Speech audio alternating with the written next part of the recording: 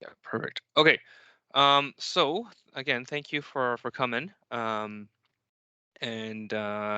essentially, yeah, today's about TFSAs and RSPs, so registered plans for investing. So a lot of people were asking about that, and they wanted to learn more. So today I'm just going to give an overview of the investment, kind of the breakdown of the different plans. And then in on TFSAs and RSPs, kind of talking about the two differences, because people have a lot of questions. And near the end, feel free to put on a chat box. Feel free to just unmute yourself and ask. It's an open forum. There is a recording. I'm going to be posting it on my YouTube channel, Kennel U at on YouTube. So we will go from there.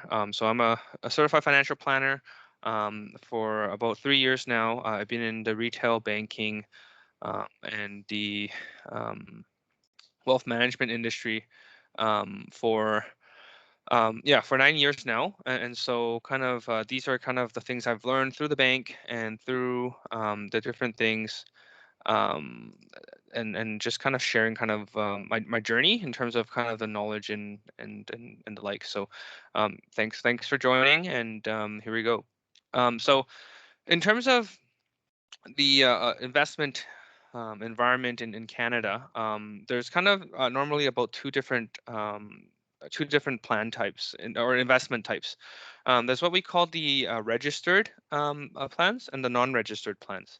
And so the breakdown here is with the registered plans, think of either it's a tax deferral or it's a tax, tax free, right? So something to do with taxes is usually on the registered of the investment types, and then the non-registered is just basically a taxable account. So like a savings account, like a regular savings account, for instance, or something that basically is not sheltered under any of these categories is what we classify as a non-registered. And with a non-registered account, what happens is when you invest, let's say you invest $1,000, it grows to 2,000, and then you sell it. 50% of it is called taxable capital gains. So 50% of it will be added to your income. So for instance, you made $1,000, and basically that 50%.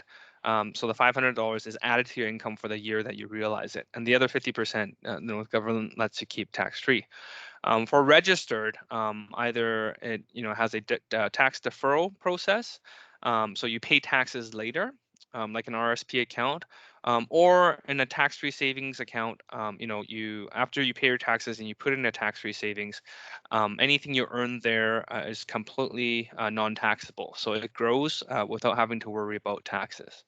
So in the registered investment types, the registered plans, there's kind of four major ones in Canada.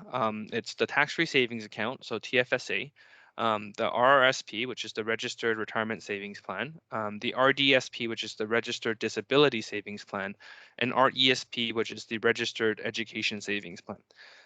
So today's webinar, we're going to focus more on the TFSA and the RSPs. And if there's interest to learn more about kind of the other registered plans, we can definitely hold another webinar to talk about that. And mainly tax-free savings, like I kind of talked about already, is after tax dollars you put it in and it grows tax-free. And RRSPs is when you contribute. You usually get a slip, from your bank or your investment firm, and usually you can deduct it off the income, because the concept is you're going to pay the taxes later. So let's say you put $5,000 in your RSPs. What happens is that $5,000 is put into that account. That account accumulates, and you do something with it. And then the thing is, when you retire, you take it out, and at that time you will be taxed at that rate. And normally it's when you retire, you have no income, right? You're not working or anything like that. So the theory is you will have a lower income than when you're working. And what we find in practice is that that might not be the case, especially if you have a tax, not tax, sorry, a pension fund, or some kind of a register, like some sort of a group RSP plan with your company. Like a lot of clients that I run into, they can't take money out of the RSPs just because they don't want to, get even more tax. So there's a strategy behind kind of putting money into the RSPs, and we can talk about that a little bit more kind of further in the webinar. And a lot of times, what a lot of advisors would do at banks and stuff like that, they don't kind of give you that overview. They're all about sales, right? And so they just talk about product. So you hear like, oh, you can get a savings account, GIC, mutual funds, stocks, ETFs, and then product, right? So if that's kind of the advisor that you have, then big warning, right? Because you gotta test them a little bit, right? You gotta ask them, hey, can you tell me more about kind of, okay, these are the products that you guys offer, but like, what is it? How is it structured? What's going on here? How does it all work? And that's usually how you can tell, whether they're an experienced advisor, or they're kind of, brand new and still learning, or they're just a salesperson, right?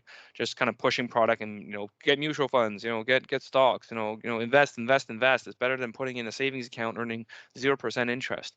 So you want to be weary of that, because if they kind of start here, they're just selling you something, right? And that's normally not where you want to begin. You want to begin with kind of an understanding of kind of what you're doing, and different accounts have different purposes, and kind of allocate it that way.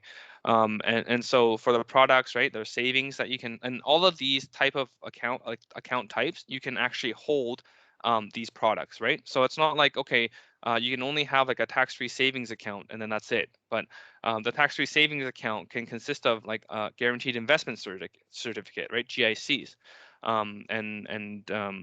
Those ones are the ones where you put it, it's like a term deposit, right? You put it, lock it in for a year or two. Our parents loved it, right? It's like guaranteed interest. Back then was anywhere from 4 to 8%. But in a low interest rate environment like we are in today, we're lucky to get 1 or 2%, right? Like with rising interest rates, you might see a higher rate, but again, not a good deal when we're in the environment that we're in. And a lot of times, there's a mutual funds that banks, love to kind of recommend to their clients. And that's a mix of kind of what we call fixed income and equity. And fixed income is kind of like the bonds.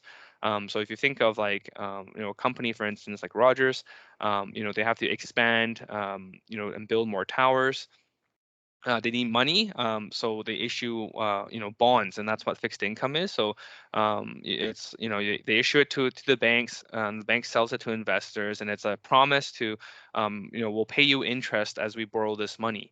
And so that's what a fixed income product is. It's like, okay, we'll borrow $1 million from you, and then we'll pay you a 2%, 3% interest. And that's one type of investment. The other type of investment is the equity portion, right? So it's like owning a share of the company. Usually in the mutual fund, they'll pick a couple, not just a couple, like maybe a list of 100 to 150, depending on the type of fund. So you have things like RBC, TD, Teleios. A lot of times you'll see and recognize those names, and portfolio managers will kind of manage and balance it depending on your risk level. And then, of course, there's a lot of do-it-yourself investors now. You can open up like a self-directed account, and then go directly and buy a stock, right? So you own a share of the company, like the Teslas, the Visas. So the mutual funds, you get a portfolio manager managing it, and an advisor to recommend it. Stocks are for those people who have the time to research, or they pick a few stocks, and like the banks, for instance, get a dividend from them. And that's another way to hold to invest the money that are in those different account types. And then ETFs, or exchange traded funds. There's like different types now. It's kind of the evolved version of mutual funds, but they just follow an index, right? So whether it be an S&P index, the TSX 660, or a group of banks, they call it kind of like the low cost solutions. And but they're low cost because it's not actively managed, right? So if the markets go up, they go up. If the markets go down, they go down. And so good for long-term kind of buy and hold type of strategies. But if you're more kind of wanting the extra kind of gains and all that, you want the markets to kind of react to the different situation stuff, then that's where kind of the traditional mutual funds will come into play. But ETFs are a good kind of buy, low fees, right? A lot of times mutual funds are anywhere from 2 to 3%. Buying stocks, it's probably like $10 a trade. Some companies like Wealthsimple and even TD now with the TD Easy Trade, it's no commissions now, right? So it could be free by up to a certain degree, and ETFs are because it's following an index, it's no low MERs, low fees. So that's kind of the general overview of the kind of investment industry in Canada. Now we'll kind of dive into TFSAs and RSPs. And so yeah, so with that, we'll go into kind of the TFSAs and RSPs. We'll dive like strictly into those two things. And then from there, we'll open up the floor for questions. Again, either in the chat box or if you want to speak on the mic, we can kind of do that as well. Let me just kind of stop sharing this, and then I'm going to share this window, which is the picture here.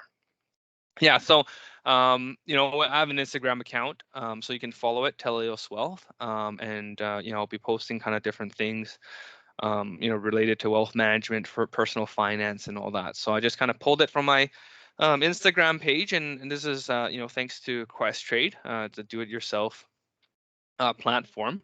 And they had a really good, I think, kind of all the things I saw on the internet, a very good kind of breakdown of what an RSP and a TFSA is. And if there's kind of specific questions about strategies and stuff like that, again, happy to hear the questions at the end of this webinar, and I can answer kind of directly. But without further ado, so the fight between RSPs and TFSAs. So the purpose of an RSPs is for retirement, it's for home buying plan, it's lifelong learning plan. So a lot of times people confuse RSPs with like retirement, right? I mean, it's in the name. But essentially, I like to tell my clients that actually an RSP is a like a tax deferral device. And so sometimes it might make sense, for instance, if you're on parental leave, and you have you've maximized your EI benefits in terms of of the leave, and you want to supplement your income, and there's nothing wrong in taking income out. During those times of no no employment. A lot of people think that these funds are locked into retirement, and that's not the case. RSPs are actually very, very flexible. When you withdraw it, the first 5,000, there's a 10% withholding tax. Anywhere from 5,000 to 15,000 is a 20% withholding tax, and anything 15,000 plus is a 30% withholding tax. And what that means is just that the government just wants their share to make sure that, okay, you pay some taxes. But again, depending on how you structure your finances, if you donate a lot or you don't have a lot of income, chances are you either get a refund or you may have to pay more taxes, right? The average tax rate, for anyone kind of earning under 90,000, I would say would be anywhere from 20 to 25%.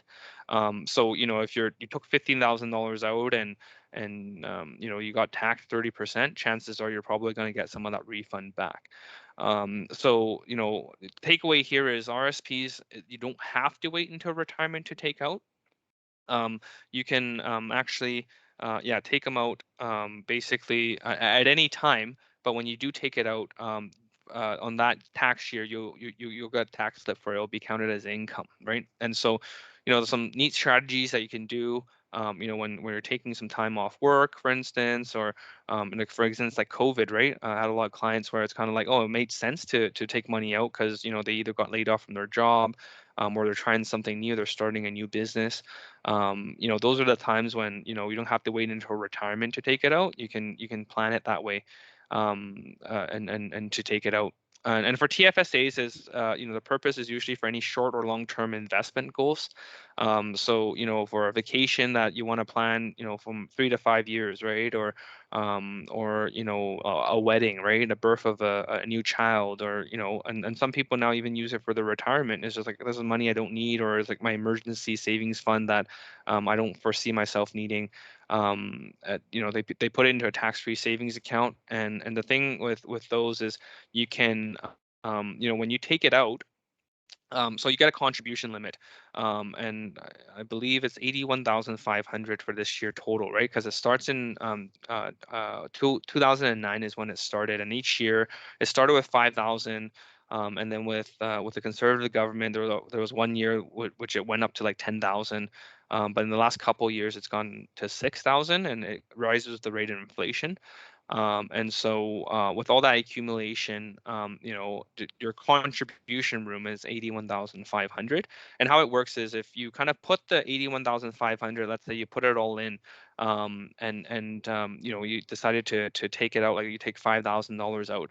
How a tax-free savings account works is that $5,000, you won't be able to put it back until the following year. So the following year, whatever you withdrew in the previous year, plus any unused room, and then in addition to like that year's contribution limit will be what you can put back into your TFSAs. So the benefit of it is, I guess we'll kind of go forward in terms of what happens with the unused contribution rooms, but it can get kind of carried forward, so you don't lose anything. So if you don't use it, you don't lose it. But the thing is to be careful here is residency, right? You only accumulate these rooms as long as you are a tax resident of Canada. So if in those years you paid your taxes and you're a tax resident, then you get the room. But for those who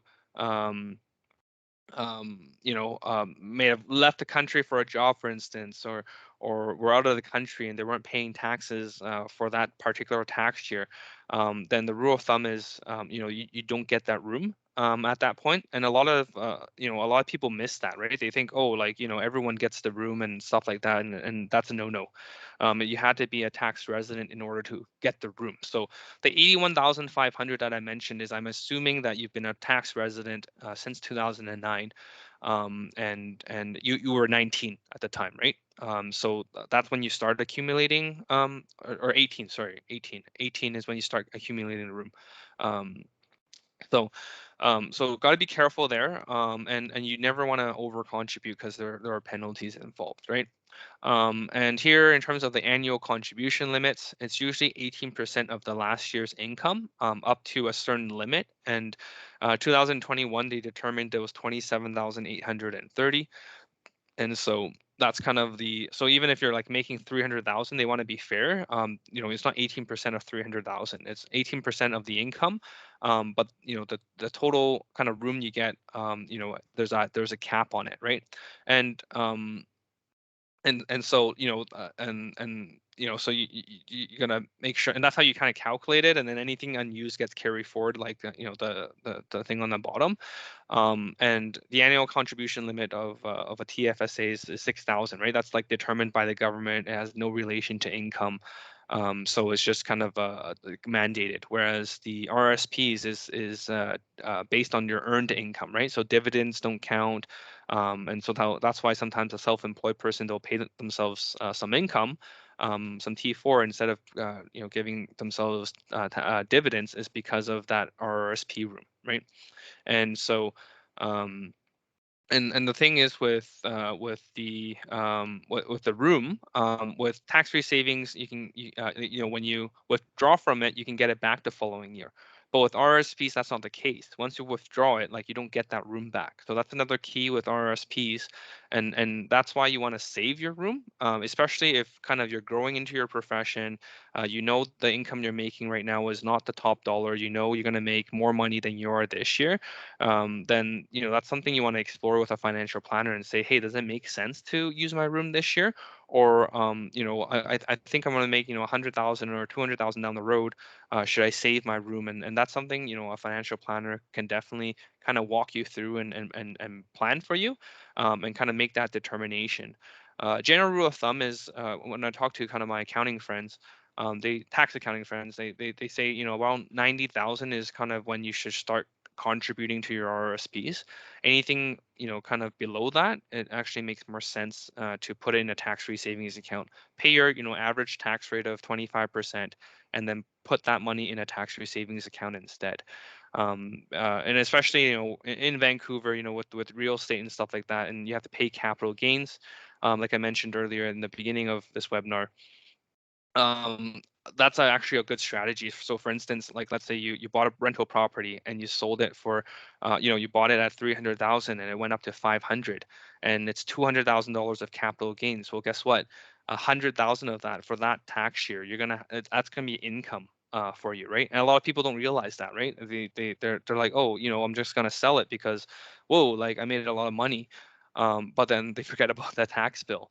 And so if let's say like I mean, if you were gonna buy another property, then it doesn't really matter. You're gonna have to pay your taxes and use that as a down payment for your next rental. But let's say like, you know, you were liquidating this and it was gonna be that's it, you're done with the real estate game and this is gonna be your retirement. Well, guess what? That $100,000 gain, you know, you can you know put that and offset it to into an RSP, and then pay kind of no tax for defer the tax, right? So on that 100,000 or $200,000 gain, so you have to pay 100,000. If you put that $100,000 in RSP and you have the room, that, you know, whole 100,000 is written off, right? And it's tax deferred. And then let's say then you take that out in the span of 10 years. Well, guess what? Now it's more tax efficient, right? Versus, you know, having $100,000 like tax hit, and then you're getting taxed at, like, you know, it's marginal rate, right? So if you're making 100,000 and then you have this $100,000 gain, well, guess what? That, you know, the extra 100,000 may be taxed at about, you know, 30 or 40%, and so you have to pay 30 or $40,000 to the government. And people don't realize this, right? And a lot of times people don't plan properly for the liquidation of assets and stuff like that, and using these tools, right? They just kind of put it in because, oh, their advisor told them to, or you know, it's just what our parents did, right? But you want to be strategic, and you want to steward kind of the income that you've made, and be a good steward. So again, working with a financial planner, you know, would definitely help with that. Like someone like a certified financial planner, you know, look for those designations, right? Because there's a reason why, you know, certain advisors have a designation and they don't, right? And typically the ones without it, I err on the side of caution because they're more salespeople than they are advisors, even though they have the name financial advisor in their title, right? You got to really quiz them and ask them all these tough questions. Um, and in terms of, so we talked about kind of the carry forward room, and early withdrawal. We kind of talked about that as well. In terms of being taxed at withdrawal, we mentioned that. So RSPs are that, you know, you are taxed, but TFSAs you aren't. All right, and you've got that kind of withdrawal and all that. And age limit to contribute. So RSPs actually caps you out at 71. And what happens at, you know, after 71, so 72, they convert it to what we call like a RIF, so a registered income fund. So pretty much, the government wants, you know, wants you to start drawing out your income. You know, a couple of things with that, right? Because like if you don't draw out your income and you kind of just, like, you know, keep kind of having an RSP, well, eventually you're going to have to pay tax. So again, another common mistake that happens with you know, older clients, that don't get proper advice is, let's say you have like 500 or $600,000 in your RSP, and you never take it out because you have a really good pension from your work. Well, you know, at the time of death, that 600,000, if they don't have a spouse, that's taxed at death. So that 600,000 is income for that one tax year, right? So if you have a spouse, then that's not as big of a deal because you can roll over the RSP to, you know, to your surviving spouse. But if that spouse also passes away and you didn't have a plan on taking that money out in retirement, guess what? That 600,000 is taxed for that one tax year, and it's a huge tax bill. So a lot of times when people are like figuring out estates and stuff, it's a big surprise. They thought they had $600,000 to split amongst the two or three siblings, but then they forgot that half of it, so like 300,000 would is gonna 50% of the tax, right? Because anything over, I think 150,000 is taxed at 50%. Well, goodbye, the 450,000, half of it, so like, well, 225,000. Government's like, thank you very much, we'll take that from you. So your state went from 600,000 to 400 something thousand. So with good planning, that 600,000 should have been coming out, with $6,000, $7,000, or 10,000, whatever it may be, and you pay a little bit of tax kind of, in your surviving years, right? You never want to have a large balance of RSP at, near, as you get older, right? You want to draw it out as soon as you can, and shelter it in a tax-free savings or even a non-registered account, right? And again, conflict of interest with banks and stuff like that, right? Because their motivation is to keep you with investments for as long as they can, because that's how they get paid. So the danger with that is, sometimes it's hard for them to give you neutral advice, just because it conflicts with their pay. And so sometimes you ask them, and they won't kind of take the time to walk you through, and kind of coach you to kind of, take it out and put it somewhere else.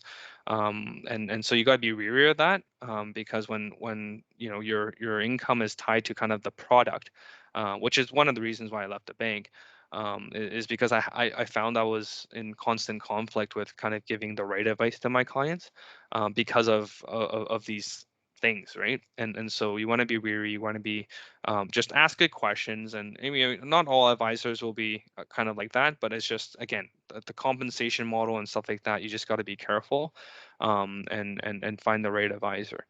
Um, and so yeah, at age 72, the government, there's a formula, usually about 5%, and as you get older, then there's a more amount that they want you to take out, as to help with kind of like, they don't, I mean, they want their tax dollars, for one, but also because they don't want you to have, this big account, at the end of the day, and having, I mean, they're not trying to save you taxes, but I mean, they mandate it to just kind of remind the clients, hey, you have to start taking some of this out, right? And so, RSPs, if you have a huge balance, if you're kind of at the end of the career, again, sitting down with a financial planner to kind of like, plan out your retirement income, and say like, hey, maybe you can retire earlier because you've done a good job saving, and instead of waiting until, like 65, everyone talks about, like, you can maybe retire earlier and start drawing down that RSP income, because you're going to have to pay taxes anyways. So again, like, really structuring, really tax planning, that's what certified financial planners do. And that's why I'm a big proponent of tax-free savings account, because you don't have to worry about that. Because when you contribute, it's after-tax dollars, so you don't have to worry about, paying taxes down the road. When you take it out, you get the room back the following year. And let's say you put up, $100,000, for instance, right? It's in the tax-free savings, or 81,500, right? Whatever the room is, and it just grows at 5%, and it compounds, right? It's just, the power of compounding is another kind of webinar in itself, and so, it can easily grow, to like $1 million, right? If you just kind of have that constant growth, and it's like, like 80,000 or let's say 1,000 at 5% is like $50. Well, then the next year you have $1,050 that grows at 5%. And so it kind of that compounds, and kind of works in your favor. And investing is supposed to be boring, right? It's like the Warren Buffett rate, right? But sometimes we want excitement in our lives, and we buy crypto, or all this other stuff. It goes up and down, but really, like, from my experience with, dealing with wealthy clients, like, they set it away, and they just kind of let the markets do their thing, stable, steady as she goes. And then it just kind of grows into that, amount, that nest egg that they need. So it's very, very important to have the end goal in mind. Like, how much do you need in retirement, right? How much do you want to have? What is a comfortable lifestyle, that you need? What are the expenses that you need to pay? And kind of work backwards, instead of just chasing after growth. A lot of people say, oh, I want to make 20% a year, or I want to make, just, make me as much with least amount of risk, right? Like, but what is risk, right? What is, like, is it loss of capital? Is it like volatility, like define risk and all that? So, again, sitting down with a planner will definitely help you clarify some of those things and some goals. Yeah, we talked about the tax deductible part, and then like over contribution penalties. So both of them do. TFSA is if you over contribute is 1% a month, and RSPs, I believe it's like there's like a 2% penalty, but don't quote me on that. I have to kind of look back, but there are penalties, certain percentages, and it's usually at monthly, so you want to get it out as soon as you can. With RSPs, they do give you kind of a $2,000 kind of grace. So if you kind of, was just over by like a couple $100, then it's okay. But as soon as you just want to take it out as soon as you can, to minimize it, the penalties. And with RSPs, also another tip is, even though you do a contribution for that year, you don't have to claim it. A lot of people don't know that. They think, oh, I did a contribution, I have to claim it in the same year. You don't, right? There's that Rrsp deadline and stuff, but like the deadline is only because, like, let's say you needed to claim it for the 2021 um tax year, then that's why there's the deadline there. But let's say like you realize you sat down with your plan and you realize, hey, I contributed, but I'm actually, this might be more beneficial for future years. It can still grow kind of like deferred, right, in the RSP account. But the contribution, like, again, you just have to do careful tracking and stuff, and that's where, again, having a planner, they can track all that for you, and you just hold on to that receipt and you can claim it on your tax return when you want to, right? And so it's not the end of the world if you kind of like contributed and then you realize you don't need it. Just remember that you didn't claim it yet, and just claim it in a future year. You can carry forward indefinitely. So that's another tip. That not a lot of people know, that they think, oh, once they contribute, they have to use it right away. Not the case.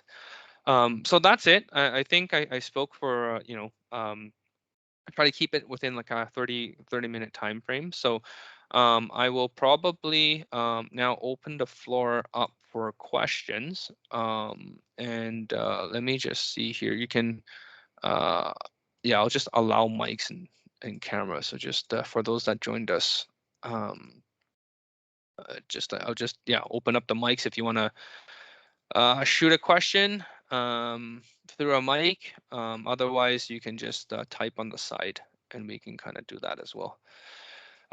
So first question is, what do you think about borrowing money, like a low interest HELOC, to invest in a TFSA? Great question. So with that, it's kind of what they call a Smith maneuver. And yeah, someone actually requested me to do a session on that, so I might kind of go into more detail on that on another webinar. But my general thoughts is with a HELOC, because there are interest that you are paying.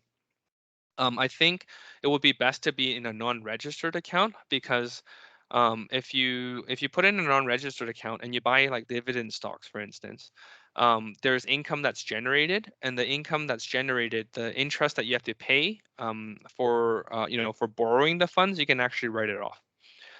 So in the case of borrowed funds, I would actually put it into a non-registered for that purpose. I mean, nothing wrong in putting in a TFSA account, but again, you won't be able to write off that interest. And so that's a cost that you're going to have to, bore, and kind of take on.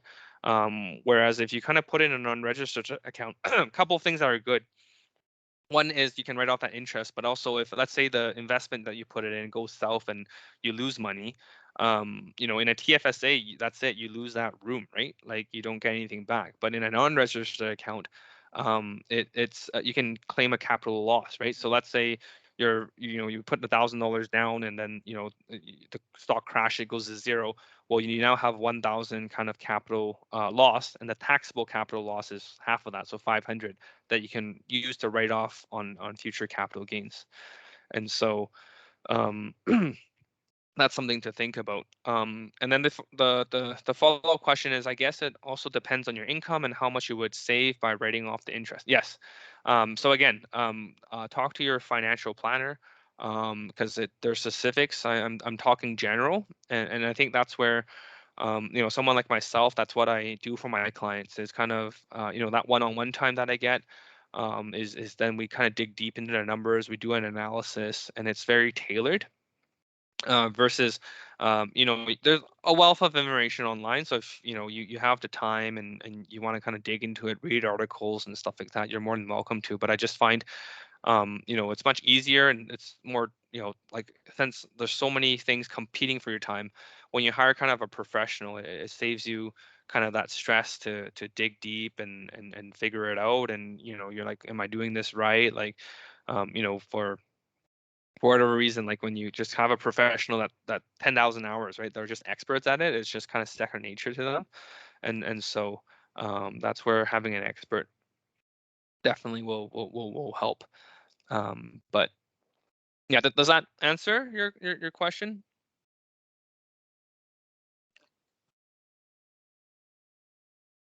I would take that as a yes. Um, and yeah, any other questions? Okay, perfect. Yes, Evie, go ahead.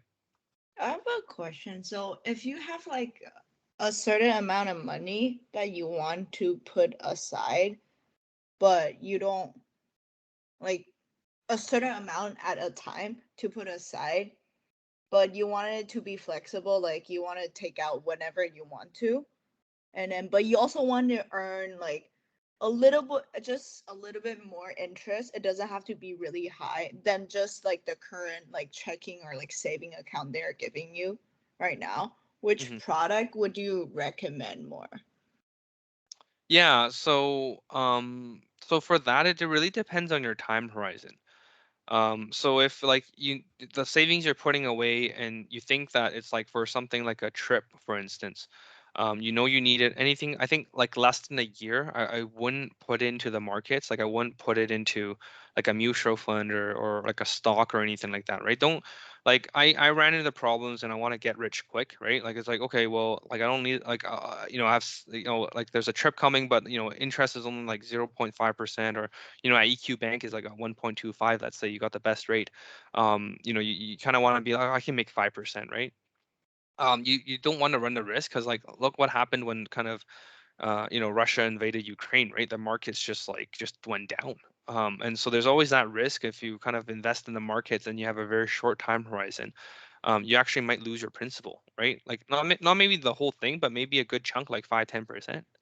And so if these funds is already earmarked for something like a trip or something important, then just savings account is fine. But if it's like something like an emergency fund or like something you have no purpose for, and you just want to save for like a rainy day, then yeah, I think mutual fund will be a good start because it's low fees, and it's like professionally managed, right? But again, um, I caution going to the banks for that, just because their products there is kind of prepackaged, and there's way better products if you kind of do it yourself, and you even like or just get an ETF, right? But again, with ETFs, there's that $10 fee that you usually gotta pay. So like a mutual fund, go online and you can kind of search up. Usually there's a couple blogs. Um, uh,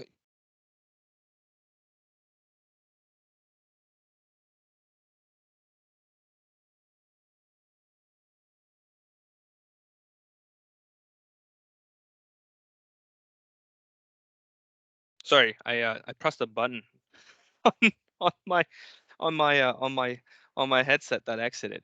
No, the session has not ended yet. So let me just get the chat thing going again. There we go. Yeah, sorry. So for that, yeah, so for the ETFs, it again with the $10 trade, it might not make sense. So, and with mutual funds, you can usually go online to kind of search, and even if you go to the bank, maybe go to more experienced. Actually, no, even with more experienced advisors, they have a limited product shelf now. So, um, yeah, again, happy to help. You can kind of private message me and stuff like that. We can kind of I can give you a couple funds to look at, and you can kind of explore.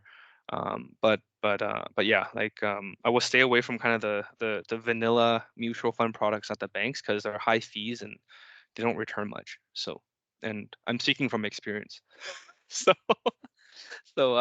please do yourself a favor and do your own research, or you know do better than the standard over there. Does that help, Evie? Yeah. Okay. Next question, Jonathan. So is it not possible to use TFSA to buy dividend-paying stocks, ETFs? Oh yeah. So Jonathan, I think you missed kind of the first part. So I kind of went over that. So I'll just kind of share the screen again. So let me see here. No, you can buy TFSAs and stocks in that account. And like I was saying, okay, hold on here. Share screen, the window. So a TFSA, so these are the different products, and like TFSA is an umbrella. So think of it as umbrella. So under TFSA, you can have savings, you can have GICs, you can have mutual funds, you can have stocks, you can have TFSA, you can have ETFs. So same with RSPs. So these are the different umbrellas that these products, can, like, you can hold all these products under each of these umbrellas. So there's no, it's not a, okay, stock has to be always non-registered. No, it can be in a TFSA as well. But to my earlier point, what I was trying to say is, it's, if let's say you're buying a stock, and this happened to me too, right? Like where marijuana was the craze, and Bitcoin blockchain was a craze back in 2017. I dumped money in like all these weed companies, $30,000 to be exact. And then it was, and I didn't do my research. Being a financial advisor, I thought, okay, yeah, I figured this out, and this was supposed to be emergency fund money, and this is why I talk about time horizon and stuff. So this is actually money earmarked, for a baby like down the road, which I eventually had, or like if we needed the income. And thing is, I didn't do my research. I was just, wanted to get rich quick, and I lost the $30,000, right? Like, it was, I mean, I didn't sell the stock, so it was just like zero. It was like, negative 15,000 or negative 30,000 in my accounts. I put it in a tax-free savings account. So thinking, because, it's gonna go up, it's always gonna go up, and I'm gonna save so much tax doing this. And then it didn't happen. The opposite happened. So now I've lost $30,000 in room. Yeah, I was really arrogant, and I thought, being in this profession, like, it doesn't happen to me, but it did. And so now I kind of tell my clients this story, right, where it's like, look, no one's immune to this, and you got to be really careful in tax-free savings accounts, because once you lose the room, that's it. You don't get it back, unless, of course, you have other stocks or other things that kind of you grow with it, right? Then you can potentially earn that room back. But yeah, if you're at negative 30, like, that's it. Like, because you only get once you contribute to the room, you only get it back if you withdraw it. Well, if it's zero, then there's nothing to withdraw. Then you've maximized your contributions. That's it. So if you have some like stocks that are kind of they're kind of, you're playing around with them, I wouldn't recommend putting a tax-free savings account if they're kind of high risk stuff. Like, do it in non-reg. Like, if it goes really up, just pay the tax. Because yeah, it's a very dangerous game. Yeah, that's kind of my take there. The follow-up question from another attendee is: do you also lose tax-free savings room from your gains? No. So if, let's say, like, you're 81,500, it grows steadily to 100,000, and then you decide to take that, like, sell it and take it out. Well, the following year you get your $100,000 room, and then plus whatever the government is. So it actually works in your favor, and that's what I was going for with that example. Was, okay, I was hoping my Bitcoin, blockchain stocks, and weed stocks were going to go up, double the value. So my $60,000 room will go 120,000, and then I have all this tax-free money, right? But what I find, with my experience with investing, like, for my clients, was that they, like, the ones that basically picked things that grow 5 to 6%. They're the ones now with TFSA accounts at 120, 130, 140, 150,000, because they just were patient, right? They just kept investing, kept putting it every year. and just, we're happy with their 5-6% return, and then that compounding, right? So it just compounds and compounds and compounds, and now they're, if they were to sell everything and take it out, they have a very healthy room. So it's boring, but it works, right? And as a young finance kind of, aspirational financial planner thinking he's an investment guru, well, it backfired on me. But lucky for me, like I have time on my side, so I made my mistakes earlier. That now I have my own kind of investment advisor that looks after my investments. Because I realize, okay, I don't know how to pick stocks. Like, okay, I leave it to the, to the CFAs to figure that out, right? I'm a CFP, right? A certified financial planner, not a chartered financial analyst. Right? Those are the portfolio managers. Those are the ones, that does asset allocation. Like there's the one running, mutual funds and stuff like that. So I leave it to them, right? So talking about experts, right? My expertise is not in investment. My expertise is in planning. And so I take my own advice. I go find a expert in investments to do my investments, right? Just like I'll find a realtor to do my real estate. I'll find a chef to make me a really good meal, right? Like I go to certain people for certain things, and it's the same thing with planning, right? Just because you have advisor in your name doesn't make you a planner, right? That's why there's financial advisors and financial planners, right? So do know that. So yeah. Any other questions or follow up question to kind of what I just presented or answered?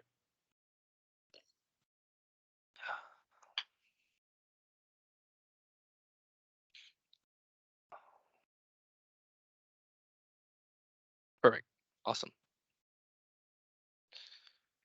Yeah. So yeah, I'll give it another minute or two, just for some final questions. And then if there's nothing else, then we'll close the webinar.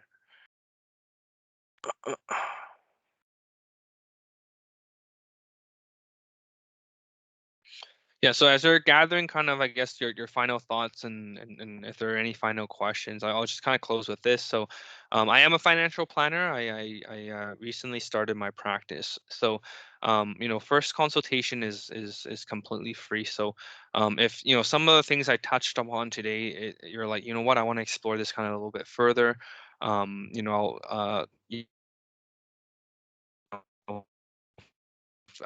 reach out to me. My contact information I'll leave on the chat. You can kind of email me at this email address. And yeah, you can yeah, just contact me there or through my Instagram page. You can message me there. So feel free to reach out and yeah, for specific cases. Because again, I can talk general all day, but everyone's situation is different. So it's always good to have a planner kind of look over and review things for you. So sorry, just got some air after drinking water. So yeah, please. I saw someone typing, so feel free to put your question, or use the mic. Don't be shy. Just ask, um, and then go ahead. So um, no question. Um, yeah. So. And yeah, so and also follow me on YouTube. So these things get uploaded, and you can kind of catch up. I'm doing a series. So every Thursday nights at 8 o'clock. Uh, the flavor of the month, right? So if you guys have something you really want to know more about, again, you can email me, you can Instagram, you can text me. And yeah, just kind of reach out, and I'm looking for ideas. But every week I plan on having them at this time, and so yeah, if you can join, that's awesome. And if you can't, then you can wait for the replay. But usually I post it kind of on the Monday or Tuesday the following week. And the benefit of going live is you get free advice, right? So like these questions, right? I would charge my clients to ask me in a session. But by attending these webinars, you get me for that, free of charge. So that's how I want to thank you for the time and stuff. So do come when you can. And yeah, like again, like if you have anything on your mind, I'm always looking for topics. So feel free to just shoot me an email, shoot me a text, and I'll be happy to speak about it. And if I don't know much about it, then I'll research it and I'll learn something and we can all learn together. So with that, thank you for your time. And you know where to find me, and appreciate it. Again, I'm Kenold, certified financial planner with Teleios Wealth. Okay, good night.